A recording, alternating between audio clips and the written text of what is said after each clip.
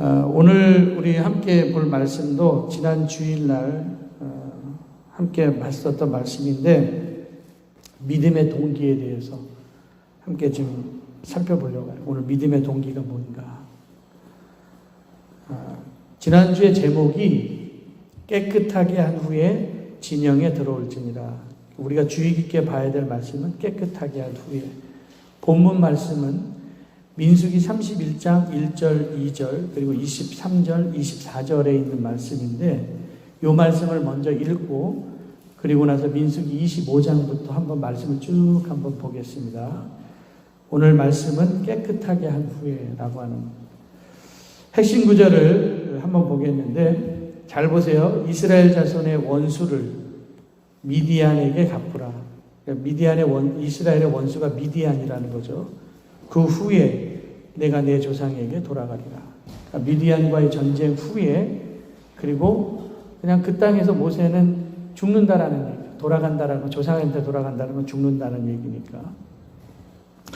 31장 23절 24절에 보니까 전리품에 대한 이야기를 합니다. 불에 견딜 만한 모든 물건, 미디안과의 전쟁에서 가져왔었던 전리품을 깨끗하게 하는데 불에 지나가게 해서 깨끗하려니와 그 다음에 또 정결하게 하는 물로 그것을 깨끗하게 할지니라.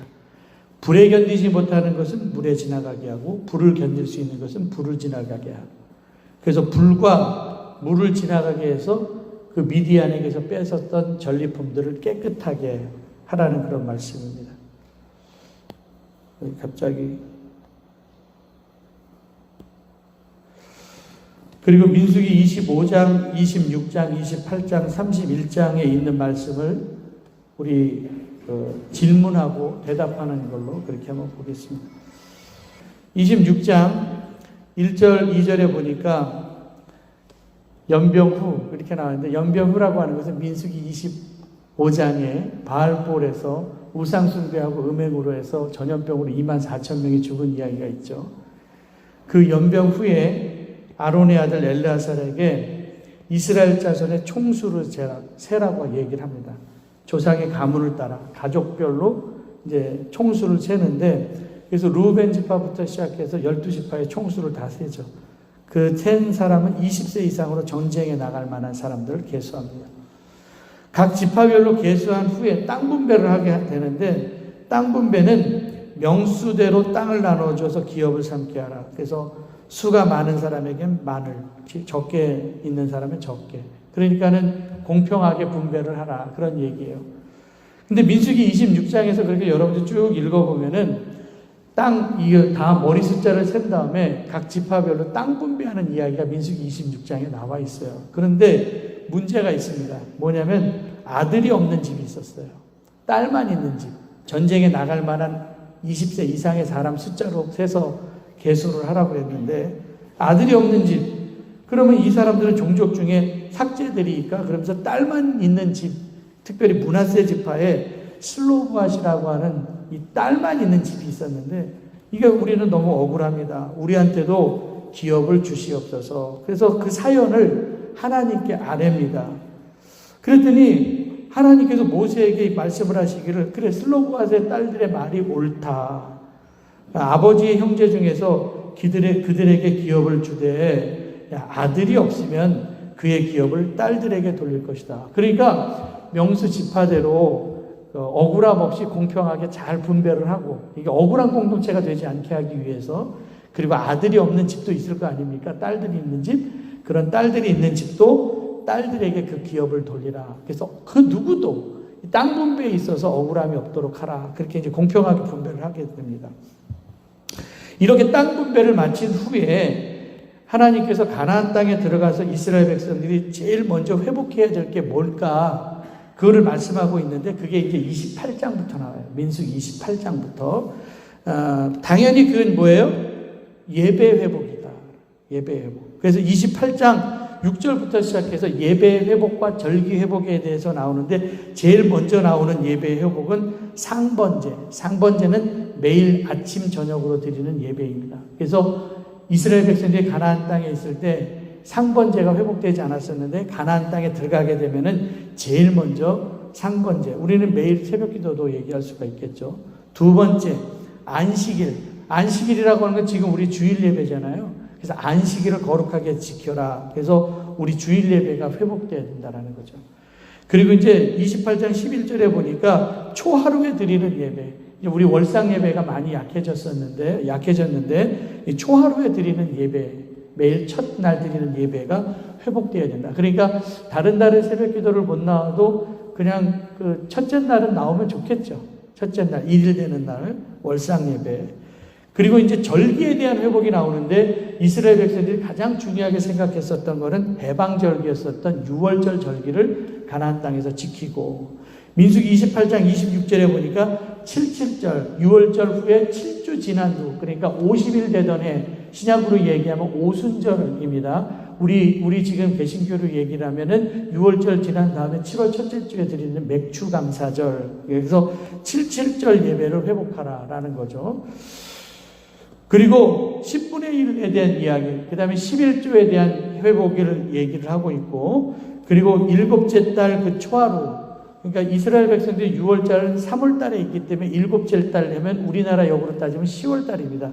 그때 나팔절 절기가 10월 첫째 날에 있고 10월 초하루에, 그리고 10월 열흘 날에는 속죄일입니다. 이건 대속죄일이 열흘 날에 있고, 그리고 15째, 10월 15째 되는 날, 그러니까 일곱째 달 다섯째 날이죠. 이때는 장막절이라고 하는 건 이스라엘 백성들이 가나안 땅에 와서 장막 치고 있었던 것을 기념하는 날인데, 이 장막절은 구약시대 가나안 땅으로 들어오면서 감사절로 지키게 됩니다. 그래서 첫 번째 받았었던 그 곡식을 이렇게 드리는 그 감사절 예배가 이 장막절 예배로 이야기하는, 우리는 추수감사절 예배하고 연결을 시킬 수가 있습니다. 민수기 29장 38절 48절에 보면은 지금까지 얘기했었던 모든 예배는 다 기본적으로 드리는 의무 제사입니다. 그러니까 어느 한 사람도 열애 없이 드리는 모든 예배, 특별히 번제나 소제나 전제나 화목제처럼 모든 사람들이 드리는 이런 모든 예배 외에 드릴 것이 있는데, 그게 뭐냐면 서원제와 낙헌제의 회복입니다. 이건 하나님께서 기뻐하시는 제물이죠. 이 서원제나 낙헌제는 감사예요. 그러니까 의무제가 아니라 이게 하나님의 은혜가 너무너무 감사해서 드리는 서원제나 낙헌제. 그래서 모세가 이스라엘 백성들에게 명하신 것들을 이스라엘 자손에게 말을 합니다. 그래서 이렇게 서원하거나 결심한 일이 있으면은 깨뜨리지 말고 그 입이 행한 대로 행할지라 얘기하면서, 우리가 기본적으로 의무적으로 드려야 될 제사 외에도 하나님은 서원제 혹은 낙헌제를 좋아하시는데, 서원제, 낙헌제는 감사제입니다. 감사제. 의무제가 아니라. 그래서 민수기 28장과 29장에 가나안 땅에서 제일 먼저 들어가서 회복해야 될 예배에 대해서, 절기에 대해서 말씀하면서 한 사람도 열애 없이 반드시 드려야 되는 의무제사 외에도 하나님이 기뻐하시는 서원제와 낙헌제에 대해서 말씀하고 있습니다. 그리고 이제 오늘 우리가 읽은 이제 창세기 31장, 창세기 아니라 민수기 31장에 보면은 하나님께서 모세에게 주신 마지막 사명이 나와요. 이거는 이제 나이가 많이 들어서 가나안 땅을 바라보면서 들어가지 못하고요, 마지막 사명에 대해서 말씀을 하시는데, 그게 뭐냐? 아까 읽었죠. 핵심 구절. 원수를 미디안에게 갚으라. 그러니까 미디안이 원수라는 거예요. 그럼 어떻게 이스라엘 백성들이 미디안과 원수가 되었을까? 그리고 나서 너는 이 사역을 마친 다음에 가나안 땅에 들어가지 못하고 그냥 이 땅에서 네 형 아론과 함께 그냥 이 땅에서 돌아가라. 그러니까 이 땅에서 그냥 죽어라. 그래서 사명 마치고 이제 네 자리는 여기다, 이렇게 말씀하시는 거예요. 그 미디안이라고 하는 동네가 어디 있냐? 원래 미디안 사람들이 거주했었던 땅은 여기 땅이에요. 여기. 원래 미디안 사람이 거주했었던 땅. 지금 우리로 얘기를 하면 사우디아라비아 있는 쪽입니다. 그런데 지금 미디안과 전쟁했던 거는 바로 여기 있는 미디안이에요. 미디안의 겐자손이 있거든요.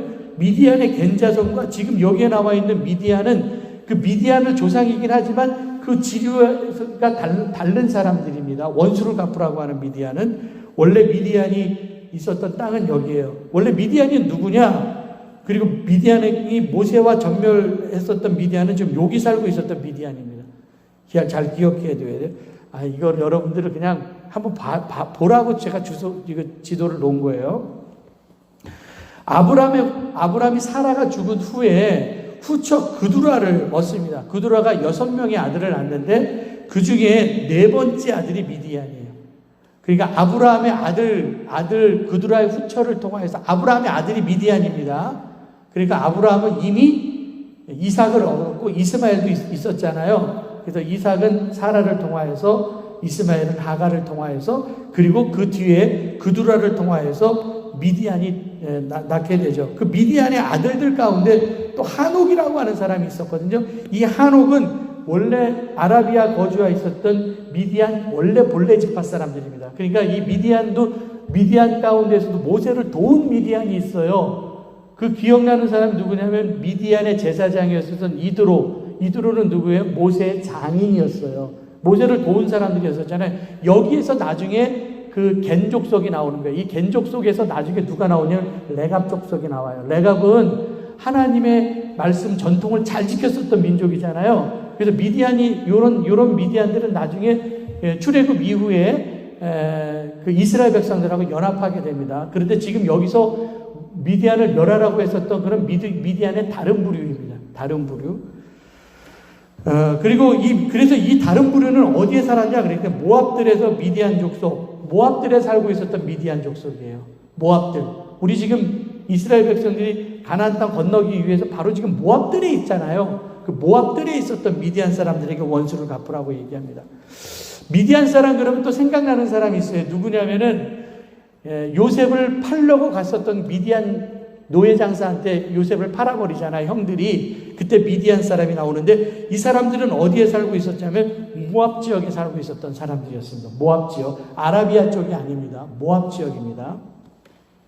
그리고 모세의 장인 이드로도 미디안 제사장이었습니다. 이 사람들도 아라비아 쪽에 살고 있었던 미디안입니다. 미디안. 그러니까 모세를 도왔었던 미디안이죠. 그래서 사사기 4장에서도 보면 모세의 처남 가운데 호밥의 자손 중에 겐 사람이 나오잖아요. 이 겐 사람이 나중에 요단강 서편 쪽에서 거주했었던, 여기에서 레갑 족속이 나오는 거예요. 이 사람들 가운데. 이 헤벨의 아내 야엘이 아솔의 그 군대 장관이었었던 시스라가 도망갔을 때 말뚝 박아갖고 죽인 사람이 있었잖아요. 그 얘기가 사사기 4장에 나오죠. 드보라 시대 때 전쟁이 일어나갖고 시스라가 도망을 가잖아요. 그때 야엘이 이렇게 죽인 사람이 있었는데 그 사람이 요때 미디안 사람이었었습니다. 이스라엘 자손이 여호와의 목전에서 악을 행하여서 미디안 사람한테 7년 동안 지배를 받아갖고 하나님께서 사사 기드온을 보내서 미디안 사람들하고 싸우는 얘기가 나와요. 300명하고 싸우는, 거기에서도 미디안 사람이 나옵니다. 그러니까 제가 미디안을 지금 정리를 해드리는 거예요. 이런 미디안 사람들이 여러 종류의 미디안 사람들이 있었는데 지금 우리가 말하는 미디안 사람들은 모압 지역에 있었던 미디안 사람입니다. 모세는 하나님 말씀에 어떻게 움직였는가? 하나님이 각 지파에 1000명씩에서 12,000명을 뽑습니다. 12지파이었기 때문에 그 사람들을 무장시켜서 싸움을 보내게 해서요. 제사장 엘르아살의 아들 비느하스, 연병을 그치게 한 아들이죠. 전염병 24,000명 죽었을 때 연병을 그치게 했었던 비느하스와 함께 전쟁에 보내게 됩니다. 그리고 요 비느하스 이후에 제사장 이름은 끊어져요. 왜냐하면 이 이후부터 시작해서 정복전쟁이 일어나고 사사시대가 되는데 사사시대 때에는 하나님의 이름이 부르지지 않았던 이스라엘 가운데 있어서 가장 영적으로 어두웠던 시대였기 때문에 이때에는 제사장들이 거의 역할을 하지 못하죠. 미디안의 전쟁의 결과는 당연히 이깁니다. 그래서 모세의 명하신 대로 미디안을 쳐서 남자를 다 죽였고 5왕을 죽였고, 그때 누가 죽냐면은 발람이 죽습니다. 발람은 악한 일을 계획했었던 사람이었잖아요. 그래서 악한 일을 계획했었던 발람도 미디안 족속과 함께 그날 칼로 죽임을 당하게 됩니다. 그리고 이스라엘 사람들이 미디안 부녀들을 사로잡고 탈취하고 불사르고 빼앗았다라고 하는 것은 미디안을 완전히 깨부셨다라는 얘기죠. 뭐 다 그잖아요. 사로잡고 탈취하고 불사르고 다 빼앗았다. 그래서 미디안이 완전히 망하게 됩니다. 이렇게 전쟁에서 승리하고 돌아온 사람들에게 모세가 박수를 쳐줘야 되잖아요. 전쟁에서 승리했는데. 근데 12,000명이 나가서 전쟁에서 승리를 했는데 화를 내요. 왜 화를 냈을까? 거기 보니까 모압 평지에서 싸움을 하게 되는데 이 사람들이 이제 나오잖아요. 미디안 사람들은 거기서 싸웠기 때문에. 그래서 회중에게 나왔습니다. 진영 밖에 나가서 영접하다가 마이크 소리가 좀 이상한데, 싸움에서 돌아온 천부장들과 백부장이 뭐 했어요? 노했다. 화를 냈습니다. 전쟁에서 이기고 돌아왔는데 화를 냈습니다.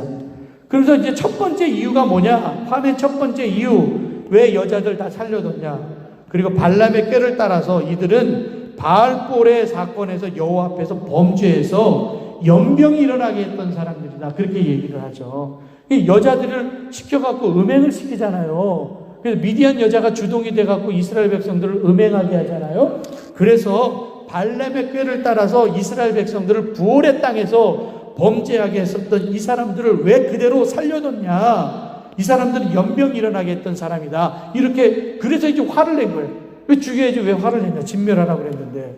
그러면서 남자는 다 죽이고 남자와 동침하여 사내를 아는 여자도 다 죽이고, 그러니까 남자와 동침했었다라고 하는 것은 음행사건과 연루되었었던 여자들은 다 죽이고, 음행사건과 연루되지 않은 사내를 알지 못하는 여자들은 다 살려두라. 그렇게 말씀을 하시죠. 그것 때문에 이제 화가 나신 거예요. 두 번째로, 너희들 가운데 나가서 전쟁에서 싸웠기 때문에 시체를 만진 자들은 일곱째 날까지 7일 동안 진영 밖에 나가서 너희의 몸을 깨끗하게 하라. 근데 너희 몸뿐만 아니라 의복, 가죽으로 만든 것, 모든 나무 이런 것들 다 깨끗하게 하고 진영에 들어와라. 그러니까 하나님께서 원하시는 것은 뭐냐면 정결함과 깨끗함과 거룩함을 원하신다라는 거죠.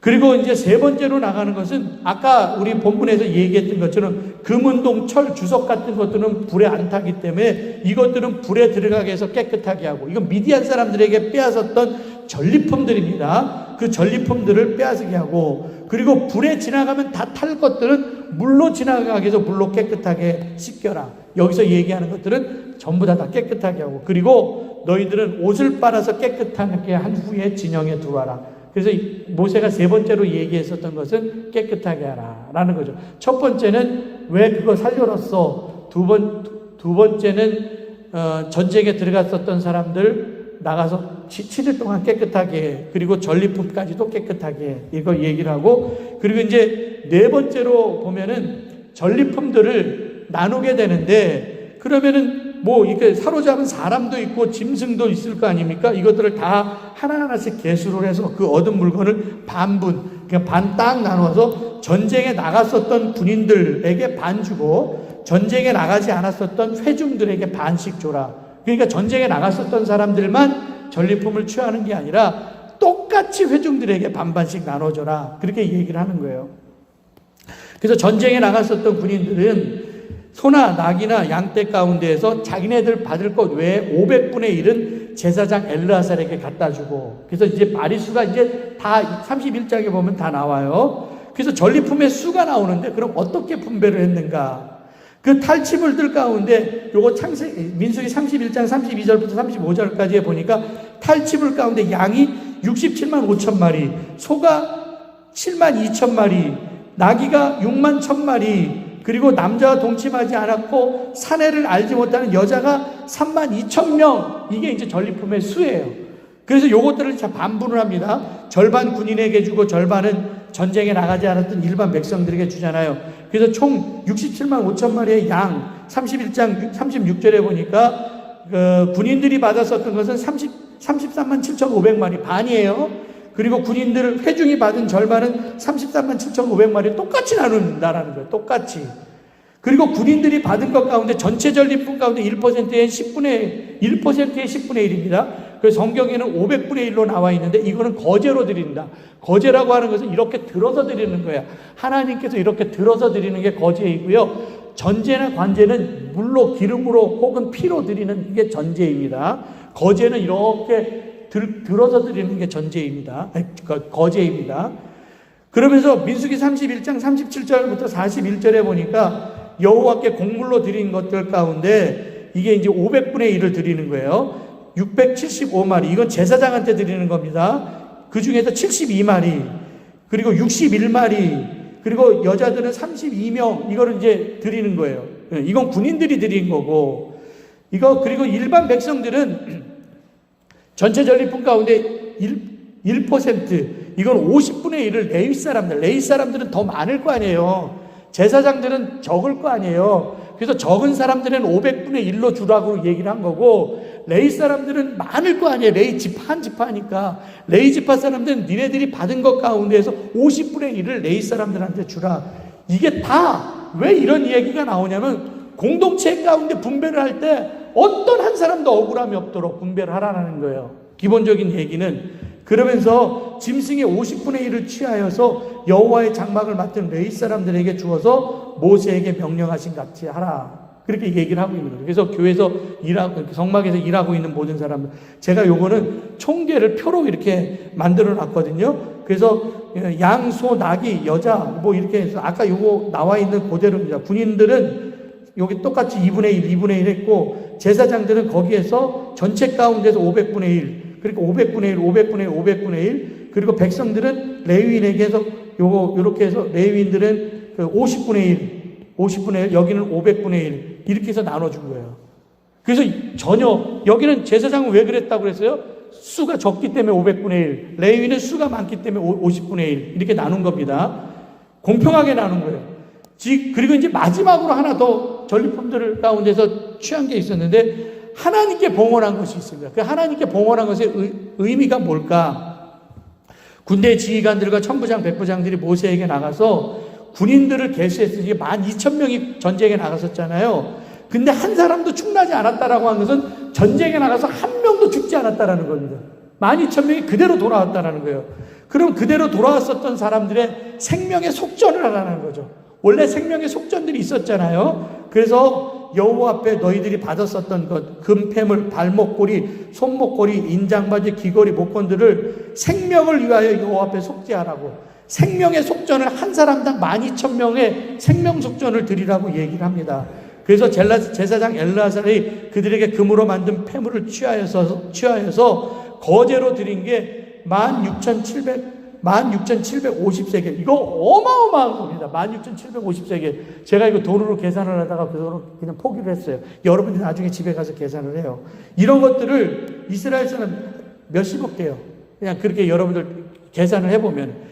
왜냐하면 16,000, 금입니다. 금 16,750세겔의 생명의 속전을 하는데, 여러분 인구조사할 때 각 사람이 반세겔씩, 한 사람당 반세겔씩 생명의 속전 하는 얘기가 민수기 3장에도 나와요. 이 얘기는 레위인 숫자를 맞출 때 레위인 숫자가 안 맞으니까 그 숫자에서 반세겔씩 생명 속전 내라는 얘기가 민수기 3장에 보면 나와 있어요. 그래서 요번에도 반세겔씩 해서 한 사람의 생명의 속전을 내라고 하니까 16,750세겔을 반세겔씩 12,000명에 대한 생명의 속전을 하는데, 한 세겔이 11.4g입니다. 11.4g을 계산을 해보면은 이거는 돈 엄청난 거예요. 이제 의미 찾기를 한번 보겠습니다. 지금 이제 본문을 다 설명한 거예요. 본문을 다 설명했습니다. 민수기 26장에서 이제 가나안 땅에 들어갈 사람들 이제 숫자를 다 세워놓고 땅 분배까지 다 맞춰놓고, 하나님께서 민수기 28장, 29장, 30장에 가나안 땅에서 제일 먼저 회복해야 될 것은 예배라고 얘기를 합니다. 그리고 이제 의무제사로 드리는 건 당연하게 드리고 감사로 드리는 제사가 나오는데, 우리 기독교인들 가운데 회복해야 될 건 예배 아닙니까? 그래서 하나님께서 원하시는 게 또 뭘까? 가나안 땅에 들어간 첫 번째는 예배, 두 번째는 깨끗함, 거룩함. 오늘 뭘 보자라는 거냐면 믿음의 동기를 한번 보자라는 거예요. 그래서 미디안하고 원수를 갚으라고 하는 것은 가나안 땅에 들어가기 전에 완전하게 깨끗하게 청산한 다음에 가나안 땅에 들어가고, 그리고 하나님께서 모세에게 행했었던 마지막 명령이 있는데, 그 마지막 명령은 뭐냐면 모세의 믿음의 순수성을 한번, 믿음의 동기를 한번 보자라는 거예요. 믿음이 얼마나 깨끗하고 순수한가, 그걸 보면서 우리의 신앙을 한번 점검해 보자라는 거죠. 미디안과 싸워야 될 얘기를 합니다. 첫 번째 이유는 더러움 제거하기 위해서요. 그래서 미디안을 대적하여 쳐라. 왜냐하면 미디안은 너희를 속였다. 민수기 25장에 보면 나와 있어요. 바알보올의 일로 속였다. 그래서 연병이 일어난 후에 그들이 죽임을 당하고, 그 미디안의 제사장의 딸이었었던 고스비가 너희를 유혹해갖고 음행하게 했다라는 거죠. 음행하게 했다. 그래서 바알볼에서 이스라엘 백성들이 우상을 숭배하고 음행하는 죄를 저지르도록 악한 일을 계획했었던 발람과 그 일을 시행했었던 미디안 제사장의 딸을, 고스비에 대해서 원수를 갚으라고 얘기를 하죠. 여러분, 연병으로 24,000명이 죽었죠. 여러분, 얼마나 많은 사람이 죽은 겁니까? 24,000명. 그래서 각 지파별로 1000명씩 택해서 미디안과 전쟁을 하게 되는데 전리품 가지고 왔을 때 아까 얘기했잖아요. 화를 내잖아요. 왜 너희들 여자들 다 살려놨냐고. 이 사람들은 부올의 사건에서 여호와 앞에 범죄하게 했다고. 그래서 연병이 일어나게 한 사건인데 주범인데 왜 살려놨냐고. 그러면서 그 사람들한테 아까 얘기했죠. 3가지 얘기했다고. 음행 사건과 연루되어 있었던 여자들은 다 죽이고 시체를 만진 사람들은 7일 동안 진영 밖에서 깨끗하게 하고 오고 전리품 가운데서 불과 물로 지나가게 하고 옷을 깨끗이 빨고 진영으로 돌아와라. 그리고 전리품은 마지막으로 공정하게 분배하라고 얘기를 합니다. 이 3가지 일은요, 가나안 땅에 들어가기 위하여서 이스라엘 공동체의 깨끗함과 거룩함을 유지하고요. 그리고 비록 12지파가 땅 분배를 받아갖고 경계적으로는 다 다른 땅에 살고 있지만 그러나 우리는 하나의 공동체라고 하는 것을 상기시키는 겁니다. 다 따로따로 살기는 하지만 그럼 우리는 이제 어떻게 성도는 이 세상에서 어떻게 살아야 되는가? 여러분 레위기 18장에 1절부터 3절까지 하나님께서 이스라엘 백성들한테 가나안 땅 들어가기 전에 애굽 땅에 있었던 것도 따라가지 말고 가나안 땅의 풍속과 규례도 따라가지 말라고 그래요. 그러니까 세상 풍조 따라가지 말라는 거예요.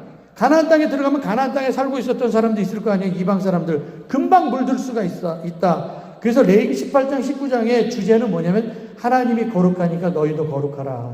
우리의 믿음의 동기가 뭐가 돼야 되느냐. 로마서 12장 1절에 보니까 너희의 몸을 하나님께 드릴 거룩한 산제물로 드리라고 하면서 너희가 드릴 예배는 영적 예배다 그렇게 말씀하시면서 2절에 너희는 세대를 본받지 말고 마음을 새롭게 함으로 변화를 받아. 세대를 본받지 말라는 건 세상 풍조 따라가지 말라는 거죠.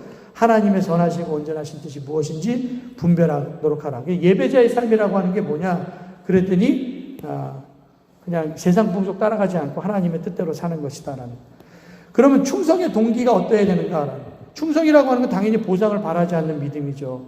그래서 모세의 순수한 동기가 있습니다. 모세는 어떤 사람이었었냐? 어떤 보상을 바라지 않는 순수함. 우리의 믿음의 동기가 그래야 된다.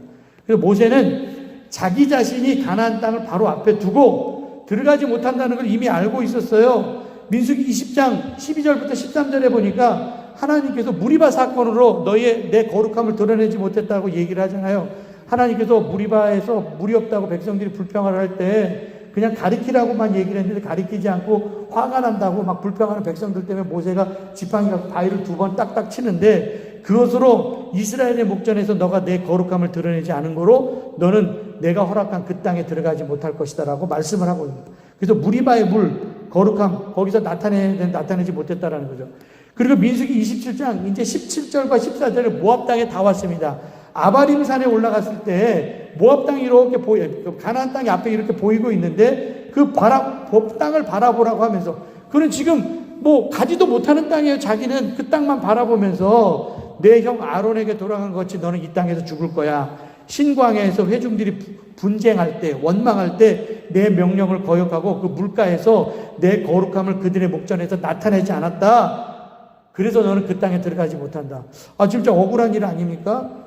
아니 40년 동안 정말 이스라엘 백성들을 어렵게 애들 말로 개고생해서 이끌어 왔는데 그 수고에 대한 대가가 있어야 되는데 그 한 번 거룩함을 드러내지 못했다고 가나안 땅에 들어가지 못한다는 억울한 일인데 그런데 하나님은 아무런 보상 없이 그냥 너 이 땅에서 죽어. 그럼에도 불구하고 모세는 마지막까지 충성한다는. 나는 예수 믿는 동기가 순수한가 한번 생각해 보자라는 거예요. 여러분 그럼에도 불구하고 그런 다니엘의 친구 믿음이 있죠. 금신상 두라라고 하는 평지에 굉장히 높은 그러니까 미터로 따지면 27m짜리 금신상 거의 30m 가까이 되는 금신상을 만들어 놓고 모두 절하라고 합니다. 그래서 각 지역으로 고위 공무원들을 다 불러 모아요. 그 바벨론에서 일하고 있었던. 그리고 만약에 여기에 절하지 아니하면 풀무불에 던져 놓을 것이다 얘기합니다. 근데 딱 절하지 않은 사람 3사람 있었죠. 그 3사람 다니엘의 제 친구입니다. 느부갓네살에게 불려갔어요. 그때 느부갓네살이 그 3 친구한테 얘기를 합니다. 이제라도 악기 소리가 들리면 내가 만든 금신상 앞에 절하면 용서하겠다. 근데 말하니 절하지 않으면 불무 속에 던져 놓을 것이다. 그럼 너희가 어느 신에서 누가 너희를 어느 신에서 건져내겠느냐. 그들이 이 말을 듣고 이렇게 얘기해요. 왕한테. 저는 왕한테 이 말 할 필요가 없습니다. 우리를 지키시는 하나님이 우리를 풀무불에서 건져주실 거고 왕의 손에서도 건져줄 것입니다. 비록 그렇게 되지 않는다 할지라도, 그리 아니하실지라도 왕이 세운 금신상에 우리가 절하지 않겠습니다. 이게 어떤 거냐면 아무런 보상이 없다 할지라도 우리는 금신상에 절하지 않겠다. 이게 그들의 신앙이었습니다. 이런 신앙적인 양심상 금신상에 절할 수가 없어서 자기들 마음 편하고자 하나님 마음 불편하게 하면 안 되거든요. 그래서 하나님의 마음을 불편하게 하고 사는 것보다 차라리 내가 신앙 양심을 가지고 풀무불에 들어가는 것이 더 낫다고 생각하고 그들은 우상에게 절하지 않았다라는 거. 그래서 풀무불에 들어갔는데 하나님께서 그들을 구해 주었죠. 다니엘도 마찬가지예요. 한 달 동안 기도하지 말라고 했는데 사자굴에 기도하면 사자굴에 넣는다고 했어요. 그럼에도 불구하고 예루살렘을 향하여서 하루에 3번씩 기도를 했거든요. 이것도 마찬가지죠. 그래서 여러분 다니엘이나 그 세 친구는 사자굴이나 풀무불에 살아날 것을 생각하고 그들의 신앙을 지킨 것이 아니라 그리 아니하실지라도 믿음의 동기가 순수했어요. 아무런 보상이나 대가 없다 할지라도 믿음으로 살 때 조금 손해를 본다 할지라도 내가 하나님 마음을 불편하지 않게 하겠다. 이게 신앙이었었다라는 거죠. 그래서 하나님의 뜻대로 결단하고 마음을 좀 먹고 움직였더니 하나님께서 나보다 더 바쁘게 움직여서 그들을 사자굴에서도 풀무불에서 살려오셨다라는 겁니다. 그럼 우리도 이제 우리의 믿음의 순수성을 한번 봐야 돼요. 보상이 없으면 우리는 자꾸 뭘 안 하려고 하잖아요. 뭐 이익 따라서 우리는 따라가는데 오늘 본문에서도 사실 미디안과 전쟁하고 너 전쟁에서 이기면 가나안 땅에 들어가게 할게 하고 하는 그런 하나님의 약속이 없이 너 네 마지막 사명 다 완수하고 너 못 들어간다고 했으니까 못 들어가고 그냥 이 땅에서 조상들에게 돌아가라 그렇게 말씀하셨으면 참 순종하기 힘든 명령이에요. 그때 순종하고 가나안 땅에 들어갔다고 한다면 아무리 노인이라도 그때 120살이었었는데 아무리 노인이라도 아유 좋습니다 감사합니다 하면서 순종했을 텐데 요즘 어르신들은 참 그래도 기본적으로 다 하셔. 기본적으로. 그래서 지난주에 우리 대면 예배 드렸을 때 내가 주일헌금 다른 헌금을 안 보고 주일헌금 보니까 주일헌금은 다른 때보다 배가 더 주일헌금이 들어왔더라고요. 몇 명은 내가 아직 보고를 못 받았는데 몇 명이 드렸는지는 근데 어쨌든 액수로는 왜냐면 그게 8주 동안 못 드린 주일헌금 다 모아가지고 온 거야. 내가 봤어. 모아가지고 어르신들이 다 그렇게 모아가지고 온 거야. 난 그래서 어르신들 신앙 참 나는 정말 우리 교회 어르신들 신앙은 참 존경해요. 어르신들 신앙들은 참 요즘 젊은 사람들은 안 하죠. 옛날에 어저께도 제가 우리 직원들하고 얘기를 했었는데 옛날에 그 강순인 권사님 같은 경우에는 그런 얘기도 했어요. 그냥 말씀 듣는데 공짜가 어딨어. 주일헌금이라도 해야지. 말씀 듣는데 공짜로 듣는 게 어딨냐고. 이거 강순인 권사님 얘기예요. 그리고 이사를 가셨지만 그리고 또 야 물가도 올라가는데 헌금도 올라가야지. 이렇게 말씀을 하신 분이에요. 그분이 내가 신방 갔을 때. 물가도 올라가잖아요. 그럼 우리가 드리는 헌금도 올라가야지. 뭐 이렇게 말씀하시는 분도 계시고 요즘 젊은 사람들은 보상 따라갑니다. 그래서 교회를 정할 때에도 희생할 교회를 정하지 않고 내가 여기서 어떤 혜택을 받을까 이거 갖고 교회를 정해요. 이 교회에서 내가 받을 혜택이 뭘까? 이 교회 프로그램은 뭘까? 자기 이익을 따라가죠. 그러니까 다 큰 교회로 모이는 거야. 큰 교회는 프로그램이 좋잖아요. 우리가 프로그램 따라가면 되겠습니까? 말씀 따라가야지. 골리앗이 이스라엘을 칠 때 여러분들 골리앗이 무서워서 다 도망갔습니다. 그러니까 사울이 하도 도망가니까 야 골리앗과 나가서 싸우는 사람들한테 재물도 주고 세금도 면제해주고 내 딸도 줄게. 어마어마한 조건을 내걸었지만 아무도 나가서 싸우려고 하지 않았습니다. 그때 아무런 보상 없이 다윗이 나가서 싸우죠. 세금 면제, 재물, 왕의 사이 되는 것 갖고 골리앗과 나가서 싸운 게 아니라 다윗의 마음은 저 할례 받지 못한 저 사람이 저 이방 사람이 하나님의 군대를 모욕하는 소리를 참을 수가 없어서 정말 싸우러 나간 거거든요. 그래서 짱돌 갖고 나간 거 아닙니까? 정말 우리의 믿음을 한번 돌아봤으면 좋겠어요. 이 말씀을 통하여서. 제가 지난번에 얘기했죠. 북한에서 목숨 걸고 신앙 지키면서 예배 드리고 있는 사람 한 20만 정도 되고 있는데 그들이 그것을 무슨 대가, 예수 믿으면 복 받아, 우리 교회면 이런 혜택이 있어, 이런 거 바라고 그들이 신앙생활 합니까? 오로지 말씀, 예수님 하나만 바라보고 신앙생활 하는데 그들은 이 땅에서 받을 보상 생각하지 않습니다. 지금 우리는 너무 편안해서 보상만 생각합니다. 하나님 나에게 뭘 주시려고 합니까? 그래서 기도 소리조차 들리지 않아요. 빨간 십자가 엄청 많죠. 근데 진짜 믿음 있는 사람은 말세 때 보겠냐? 십자가는 엄청나게 많은데 숫자가 늘어가는 거 굉장히 중요합니다. 양이 늘어가는 거. 근데 진짜 믿음 가지고 있는 사람은 이 땅에서 볼 수가 있느냐라는 거죠. 지금은 빨간 십자가가 수치가 돼버렸어요. 빨간 십자가가. 그런 시대에 지금 우리가 살고 있습니다. 우리가 얼마나 엉망으로 살았으면. 교회가 세상에 어떤 이익을 보려고 한다면 교회는 이 땅에 더 이상 존재할 필요가 없다라는 거예요. 이제 대한민국의 기독교는 수 갖고 싸우면 안 되고요. 850명의 이방 선지자가 대결했었던 엘리야 같은 사람, 죽으면 죽으리라는 신앙을 가지고 왕 앞에 나갔었던 에스더, 바로의 명령보다도 하나님의 명령을 두려워했었던 히브리 남자, 살렸었던 히브리 산파와 같은 사람들, 다니엘과 혹은 다니엘의 세 친구와 같은 사람들, 그리고 모세와 같은 사람들이 나와야 됩니다. 정결한 공동체를 원하시죠. 물과 불로 지나가게 해서 깨끗하게 해야 된다는 거예요. 그래서 7일 동안 격리당하고 정결함으로 무장을 하잖아요. 그래서 우리가 예배가 회복되고요. 예배가 회복된 사람들이 회복해야 될 게 뭐냐 그랬더니 하나님 앞에서 정결함. 정결함이라고 하는 것은 믿음의 동기의 순수함이기도 합니다. 그들은 우상숭배로 음행으로 모압 평지 바알볼에서 정결함을 잃어버렸죠. 그걸 회복하라는 거예요. 그리고 마지막으로 분배, 공동체 공정한 분배. 그래서 전쟁에 나간 사람이나 전쟁에 안 나간 사람들이나 똑같이 회중에게 주고, 그래서 욕심 부리면 정결함이 사라집니다. 그래서 갈라디아에서 있는 것처럼 내 욕심과 탐심을 다 십자가에 못 박으라고 말씀하신 거죠. 이거 그러면 다 끝나요.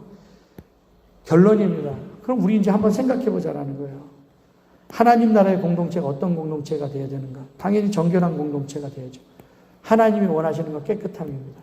그래서 그리 아니하실지라도 아무런 보상이나 대가가 없을지라도 내가 믿음으로 살 때 조금 손해를 본다 할지라도, 그래서 여러분들 신앙의 순수성 가지고요, 좀 하나님의 마음을 불편하게 하지 않았으면 좋겠어요. 그래서 사람의 마음도 불편하게 하지 않았으면 좋겠고, 우리의 믿음의 동기를 한번 살펴보자. 한번 좀 보고, 지금 우리에게 필요한 것은 깨끗함과 거룩함, 믿음의 동기의 순수성. 지금 우리가 교회에서 전도도 할 수 없고 사회에서는 계속적으로 기독교를 막 이렇게 대놓고 비판을 합니다. 근데 저는 세상의 비판이 두려운 게 아니에요. 이거 아무것도 아니에요. 세상의 비판이, 우리만 똑바로 살면 이거 아무것도 아닙니다.